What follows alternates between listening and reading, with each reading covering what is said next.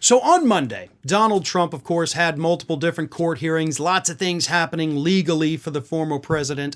And after all of that was said and done, he did go out and basically held a press conference because reporters were there. It's big news. And most of the mainstream outlets out there carried Donald Trump's remarks live. And the networks soon realized this is a giant mistake. Donald Trump told so many lies during this very brief press conference that both CNN and MSNBC had no choice but to cut him off and not air the rest of his ranting because he was lying so much. Let me read you just a snippet of what Donald Trump said. Violent crime is flourishing and we can't have that. You can't have that. No city should have that, and it's happening in other cities, but not with the lawfare. The lawfare that they're doing is incredible. So they have done this in the case of the trial that we just left, one of the many that it goes on. Every single one of them is run by President Joe Biden and his thugs, the only way they think they can get elected. And I think so far it's backfiring because the people of this country understand it. It's backfiring, but they're being run and they're running all of these different cases. So ridiculous. The cases, every one of them is ridiculous. They raided my house in Florida, Mar-a-Lago. No notice, no nothing. They raided it. I can't believe it. Nobody can believe it. And we'll see how that all works out in the end, but it's illegal what they're doing.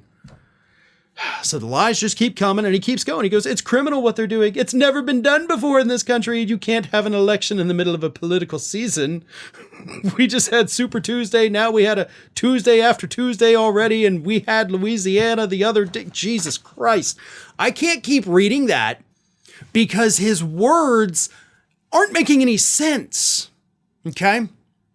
Like, forget for a second all of the lies. And by the way, I had intended to read a lot more than I did. I physically can't. Like, it hurts my brain to read transcripts of what this man is saying because there's no rhyme or reason to any of it. Like, it's just, you can't even call it word salad. This is word vomit. Like, jumbled up words that don't form complete sentences just thrown out there to see what sticks, right? But it was the lies, of course, that caught CNN's attention. So shortly after where I just stopped, CNN also cut him off and they said, Trump laying out a plethora of falsehoods, perhaps the most blatant one that of all of these criminal cases were orchestrated by President Biden. There's no evidence to support that. You don't even have to say there's no evidence to support that. Just say the guy's a friggin' liar. Like, especially the fact that President Biden, as president, doesn't have any jurisdiction over the district attorney in Manhattan or the district attorney in Fulton County, Georgia. Like, you didn't have to say, there's no evidence to back this up. You know, I'm glad you did the fact check, but you did it in a very cowardly way. But then, of course, that was Boris Sanchez on CNN. Caitlin Collins then jumped in and did a better job. She said, some of the classics there, including his claim that he repeats on a near daily basis, this is about other countries emptying out their mental institutions and sending those people across the border, something his campaign has never been able to provide any factual basis for. But on the task at hand, which is these criminal cases and the fact that his first criminal case is going to be starting in 3 weeks with that jury selection after that decision was made here in the courtroom behind us by Judge Juan Merchan. So here's the thing. Again, I'm glad y'all cut away from it. I'm glad MSNBC cut away from it. I'm glad y'all both engaged in a mild form of fact-checking. But you don't have to be diplomatic about it. When this man is sitting out there telling these blatantly obvious lies to the public, you can be mad. Like, you can use stronger language. You don't have to say, well, the evidence wouldn't necessarily suggest that this is actually a thing. No, just be like, hey, he's a big fat liar. Moving on. He lied about this. All of those are lies. If you believe those, y'all are idiots.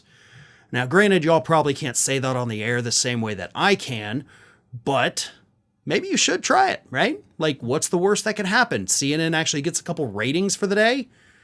Either way, the media cannot make the same mistakes it made in 2016 and 2020. They were airing Trump's speeches, they were airing his rallies uninterrupted, commercial-free, and then barely doing fact checks. Hopefully, what happened on Monday is an indication that maybe they've learned a little bit Obviously, judging from their responses, they haven't learned enough yet. But if they just decide to cut Trump off as soon as he starts lying, he's only going to be talking for like 5 seconds before they have to be like, nope, that's enough. And honestly, that's not a bad policy.